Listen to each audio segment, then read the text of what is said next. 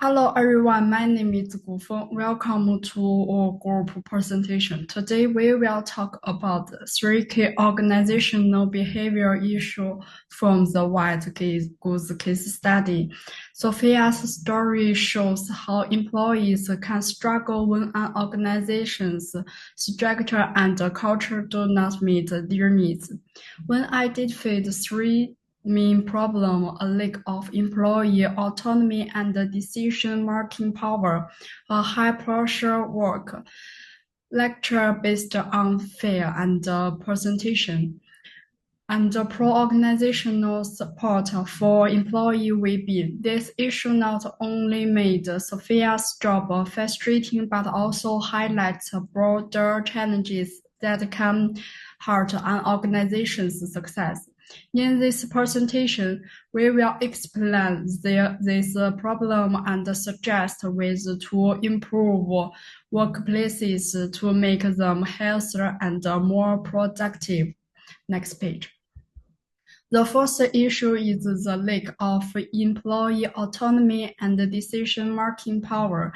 At White Goose, employees had to follow strict rules and routines, leaving little room adjust to real situations.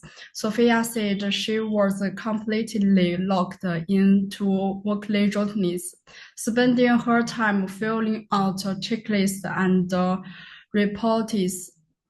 All major decisions were controlled by senior managers, so employees like Sophia couldn't handle customer needs in their own way, even though her role was to connect with customers.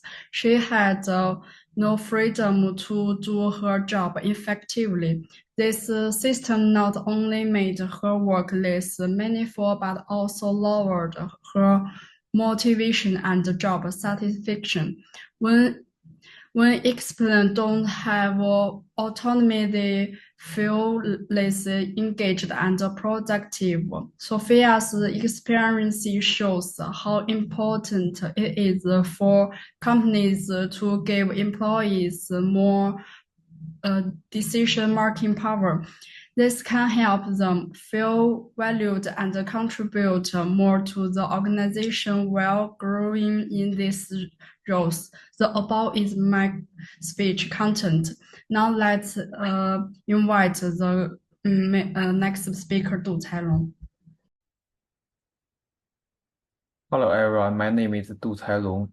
Now I'm start my part. The second issue is the high pressure work environment and the tax collector that White Goods. The company used bad management which caused service fees from employers. Sevilla said the expressed intense work pressure and many co-workers tended to unhealthy, comparing the meals like alcohol over medication, serving the harmful effect on mass health. The workplace was also competitive and polite environment focus on placing service managers in streets of working together. Sevilla's most frequent three things emails from top management about poor performance, which includes answers is collector of fair demands turns trust. Term work and overall effectiveness is a issue is exceptions from create a healthier, more productive environment. Next page. The trade issue is the lack of support from employer with goods filed address mental health, work-life balance, and professional development. Sevilla said She hold almost no personal life due to continuous travel, long hours, and reproductive tax, which led to burnout. The company also worked with employers to share feedback over continuous communication was top-down, making staff feel ignored and undriven less severe frustration with unnecessary undead tax. So the company fails to the streamlines the performance of support is employer without proper proper support pro productive drop and turnover increase. Companies must improve work-life balance and give employer a voice to boost satisfaction and engagement.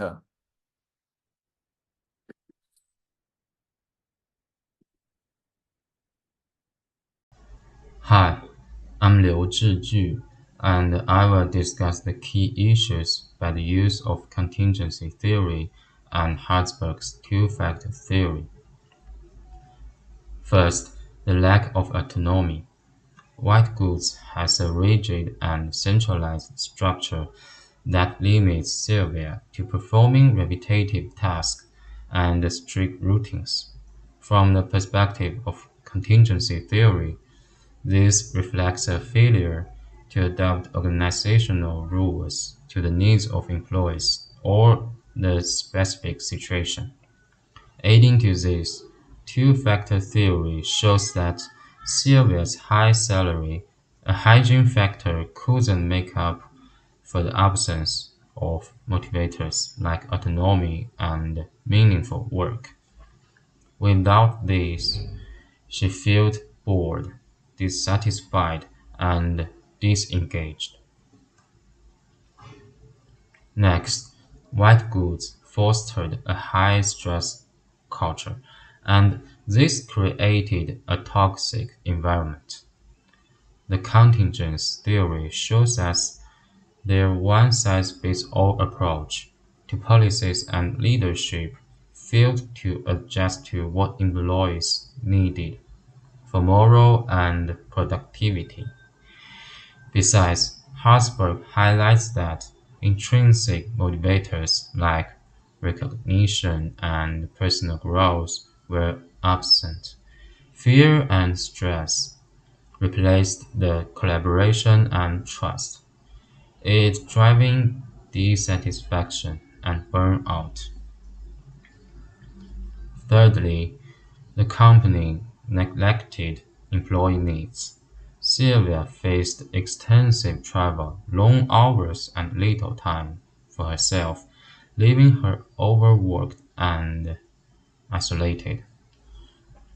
By contingence theory, it is clear that White Goose ignored the opportunities to adopt its system, like offer flexibility or additional support to help Sylvia achieve better work-life balance. The two-factor theory also explains that hygiene factors such as Sylvia's high salary cannot compensate for the lack of motivators like meaningful tasks, affiliation, and a sense of purpose. This isolation only deepens her dissatisfaction.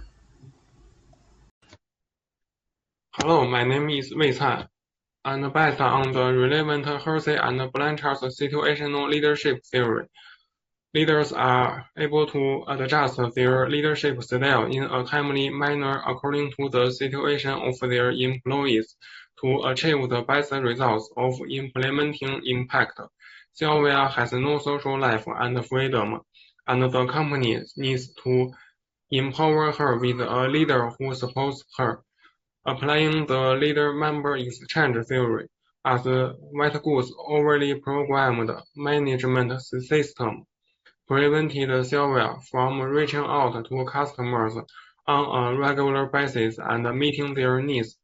Leaders can build a special relationship with Sylvia that makes her trusted, cared for, and accepted. For problem 2, in situational leadership theory, it is stated that leadership styles are not static, but should change according to the environment and employees.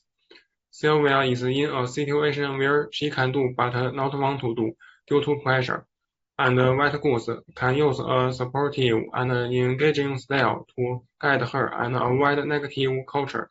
Problem 2 can also be applied to the leader-member exchange theory, in which companies create in-group and out-of-group states, and subordinates with in-group states have performance ratings and higher job satisfaction. Problem 3, lack of support for employees' needs, neglect of employees' mental health and work-life balance. Employees feel left out, negative emotions in situations where they can do but do not want to do, or cannot do but do not want to do. According to situational leadership theory, companies can use support and engagement to improve employee motivation or give clear and specific instructions. While some employees have physical and family problems due to stress and leader-member exchange theory, allows leaders to build special relationships with employees. It cares more about leadership and accepts privilege and help than outside groups. That's all I show. Thank you. Thank you for my team member. My name is Gu Ming. Here is my suggested solution for addressing the high pressure and negative culture as a white goose. In my mind, we need to revolutionize our company culture completely, turning it from one based on fear to one focused on the opportunity and sport. I will explain how can we do this.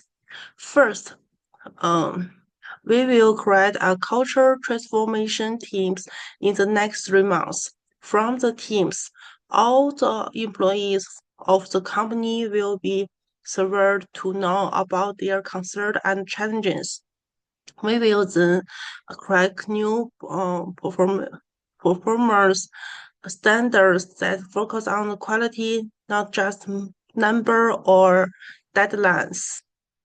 We will then roll out management training programs to train our leaders to adopt more supporting leadership styles over the next 6 months.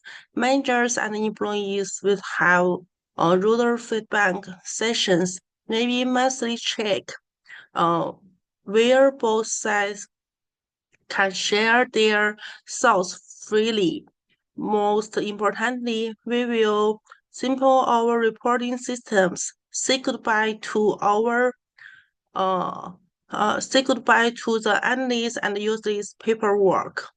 And now this might should be I know it may sound like a big change, but with David as a new GM, I really to believe we can create a workplace people actually want to come work, not just have to.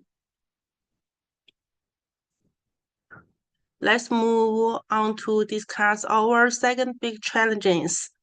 The employees lack from autonomy. I saw this myself when I was at White Goods and have to some critical ideas to fix it.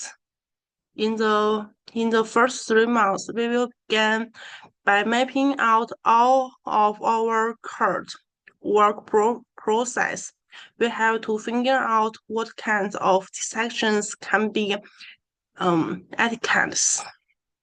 Next, we will build a new guidebooks that list clearly what decisions can be made on their own things like customer service or local marketing initiative.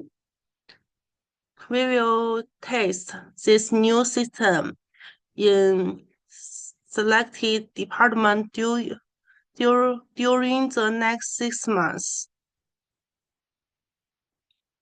We might begin with simple one sales region in which managers can make their own schedule choose and slow customers complain themselves.